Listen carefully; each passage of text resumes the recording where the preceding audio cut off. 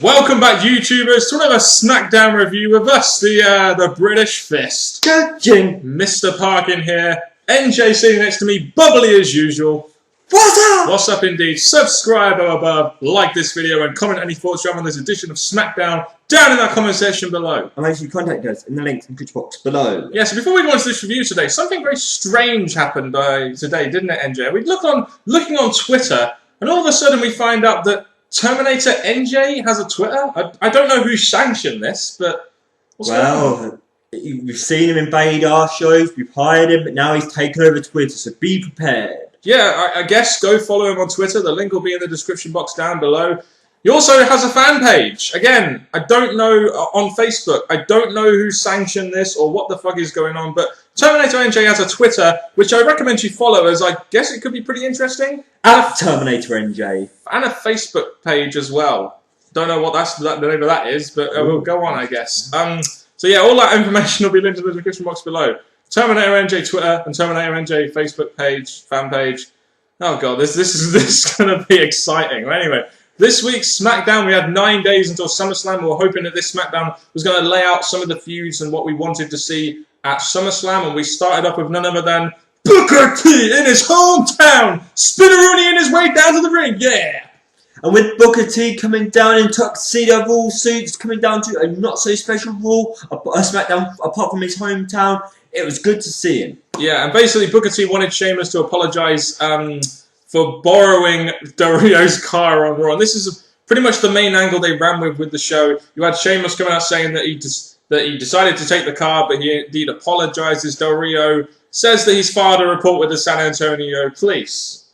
Pretty much. Yeah, that was kind of interesting in a way. Instead of like, because we had Booker T saying let's move on, having Del Rio coming out, getting Sheamus and Del Rio in the ring at the same time, it definitely gave us what we needed for the SmackDown side of SummerSlam. Sheamus versus Del Rio was announced later in the night for the belt. It was a bit like, what the fuck? They're doing this match 2 weeks before it was supposed to be on pay-per-view? What the fuck is going to happen? They probably got to change your plans for the pay-per-view. Yeah, who really knows? We'll talk about that more about that in a minute. Sin Cara versus Cody Rhodes, a match which was announced last week. You had Cody Rhodes coming out on mic saying that the real reason Sin Cara is wearing a mask is because he is ugly, and it's because underneath there is nothing special about him, because without the mask he is nothing. I've heard this all before. Yeah, I remember him. Didn't he do this when he was the dashing? Yeah, gimmick? Bringing that back. He's facing a masked character. Not an interesting way of doing it, I guess. You have this match.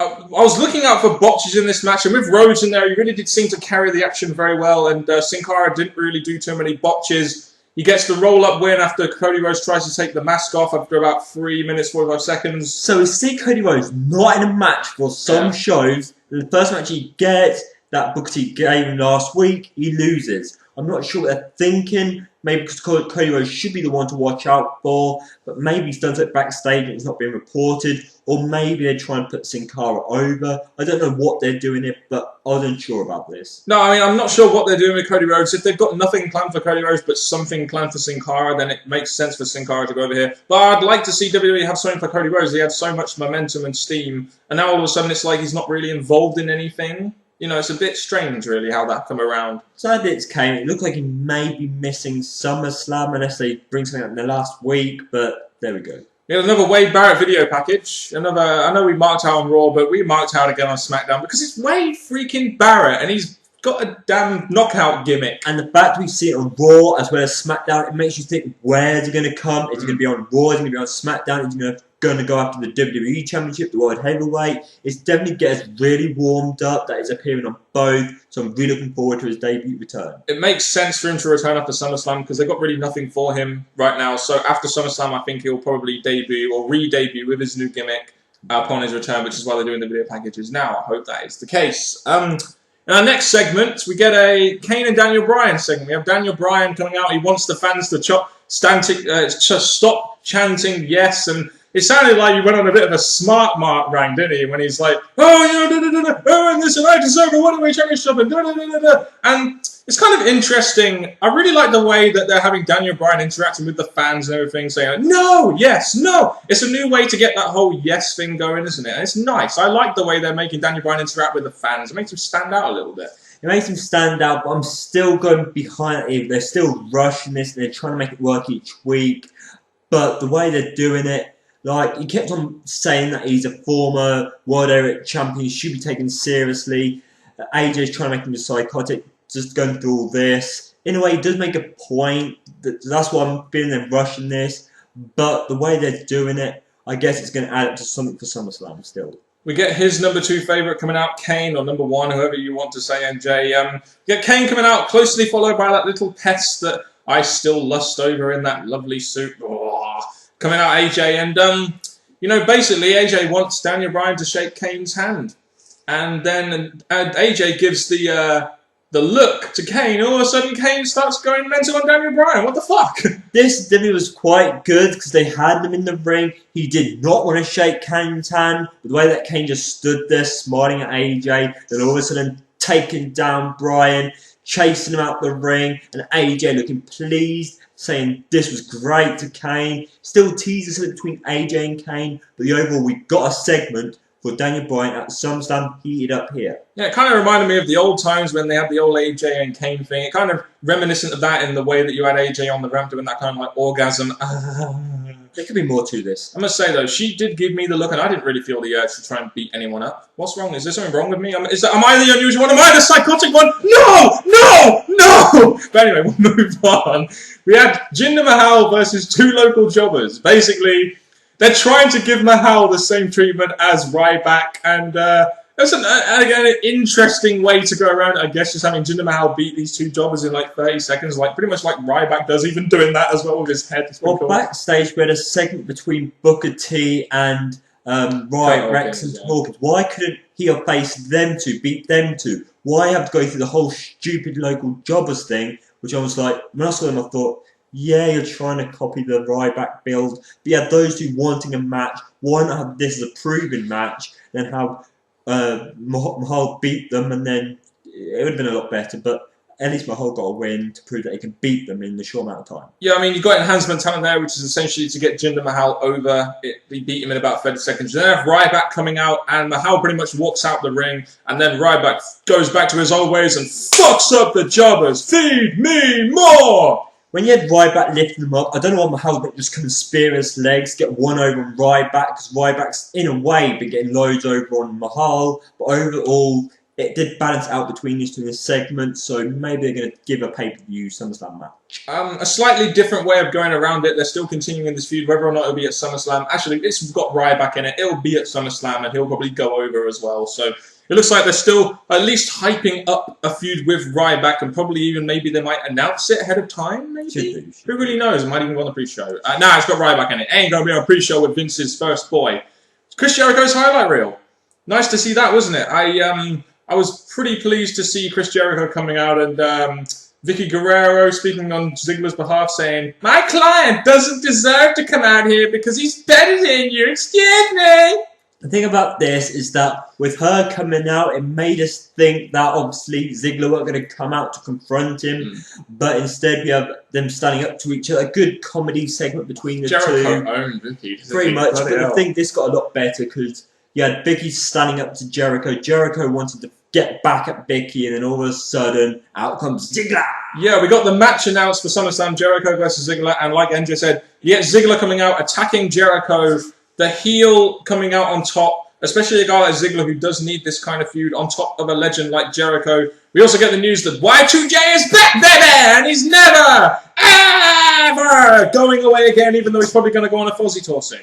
Yeah, this is Jericho's way to try and make him look like he's still important, look like he's a winner and that. Yeah. We all know when it comes to SummerSlam, there's been rumours that Jericho's going to be leaving afterwards. So it looks like Ziggler's going to get the win. Jericho's going to clear off. And again, a big return for Jericho's gone nowhere again. But this segment definitely gave us the match and warmed up the match. So I give WWE credit for that. A good way to highlight a feud, especially what a young guy like Ziggler needs. I think the next thing they could do with Dolph Ziggler is give him his own talk show. Don't know, just an idea they could put out for them there. So a very good segment, in my opinion, in the hour main event. I liked it. We had tag team action next. We had your favourite kind of match, a number 1 contenders match, Epico and Primo versus Primetime Players, with Truth and Kofi filling in on commentary this week because R-Truth has more charisma in his little finger than Josh Matthews does. But the thing about this is we had Michael Cole obviously making fun of little Jimmy. I found that part, it wasn't important, but I found that little part funny. Josh Matthews sticking up for little Jimmy, a little bit of funny comedy there. Then we get to the match. Indeed, the match ended pretty quickly in about a minute and a half. You basically had AEW goading the tag champs into attacking him and the Primetime Players. So the Primetime Players win by DQ. You can't help but feel, though, that maybe this is the way of making it into some sort of triple threat match at the pay-per-view for the Tag Team Championships. I think they should do something exciting, some kind of biggish match. We've had Epic and Primo looking good over the past few weeks. Primetime Players getting a few wins. And the tag champs. So it would be good to see a three-way at SummerSlam. Yeah. They're highlighting the tag team feud in a decent way. I mean, this is all right. Be interesting to see how they survive without Booker T's energy on commentary now that it's only Cole and Matthews, really, in my opinion. I think they should, in a way, no disrespect Josh, but you maybe should be replaced by a classic guy that we all know is going to be great on commentary once again. William Regal for the win, I'm just saying. Next segment, we had Antonio Cesaro versus Christian. And I think, to me, Antonio Cesaro is a typical example of, I like the performer, but I don't like the packaging. I know you, during the show, you weren't a massive fan of this match. You just kind of explain why? To be honest, I'm really not getting behind Cesaro. Yeah, he cut to promo, talking 5 different languages again.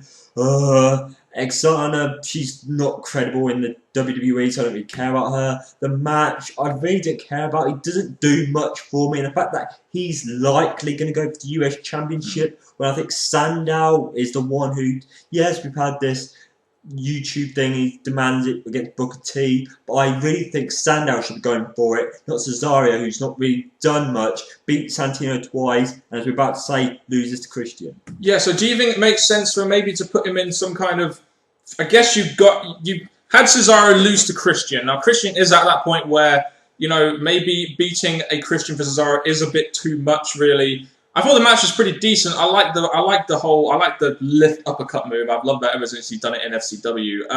And then Christian gets the victory, but Cesaro attacks him after the match. You kind of think to yourself, are they making a Christian Cesaro feud, or are they setting up Cesaro for that US Championship?